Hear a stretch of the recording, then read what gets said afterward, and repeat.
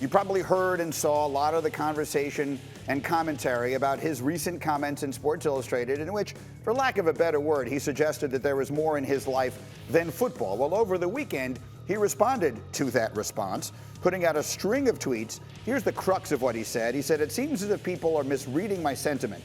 I am internally motivated. I love football as much or more than anyone.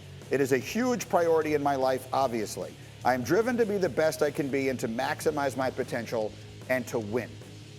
This to me was so interesting, and the sort of variety of response that we got here last week from different people, I found very interesting. Nick, I haven't heard from you.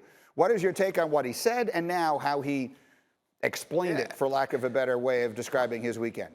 I think I'm somewhat of two minds in this, because I do remember the best seasons I had as a player. Like, I was kind of out of my mind focused and also like borderline depressed and not having anything else going on in my life. But I think it's kind of absurd to think that that's the only way you can have success in this league. I think that Trevor Lawrence can ball out because he is doing the things that need to be done. He's preparing maniacally. He's focused. He's getting ready. He pays attention to his body. Like, those are things that you can do without being a crazy person. And my thought is that there probably have been several really talented, exceptional, outstanding, even Hall of Fame level players who weren't like these crazy sociopaths that we like to make them out to be. And they were just smart enough to not say it publicly. I think Trevor Lawrence made the mistake of thinking that sports media and sports fans were reasonable enough to understand that there are more things in life than football. He can still be a great football player without mortgaging all the things that he cares about just to make sure that he is a Hall of Fame quarterback. Yes, nuance is not something that we major in this industry. Tim Hasselbeck, your thoughts? Yeah, I agree with Domonique on this. Look, I think he's being honest. He's somebody that basically has been anointed since he was, a sophomore in high school as a guy that's going to be a first-round draft pick. And, I think as a 15, 16-year-old, if you build your entire life on only being a first-round draft pick, it's dangerous. And so I think that he's kind of had a balanced life and perspective on things, which has been really healthy for him and helped him get to this point. So I think he's kind of being honest with that. And I think it's also absurd for us to think that, listen, that a guy has to be so singular focused, like it's got to be the most important thing in his life to have success. And this is what Domonique was referring to. Does that mean that you're not, laser focused during the season? No, of course you are. But Brett Favre did a lot of hunting and he did a lot of golfing. He was pretty good. Peyton Manning, did not sit in a cave every single night watching film.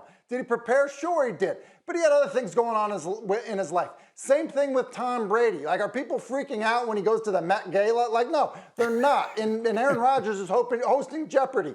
So I think, things go on outside of football, and you can still be focused on it.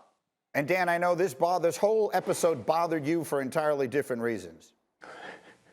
I'm so proud to be on a panel where the first two guys used the word absurd to describe this situation, because I feel exactly the same way. Look, as a reporter, we want honest answers from people. And here's a young man who gave one and then had to sort of scramble to explain it, as opposed to just saying, no, I said something legitimate and truthful. And honestly, if you think about it, it really shouldn't be that hard to understand. To Tim's point, the MVP of the league just spent the last 2 weeks hosting Jeopardy. It is April. Trevor Lawrence's teammates are not going to judge him on a quote in Sports Illustrated in the most relaxed time of the NFL season. They're going to judge him on how he acts and leads around them in training camp during the season. He may be a complete maniac in training camp and in September, October, November, for all we know. Right now, he's chilling out in April, and he knows where he's getting drafted.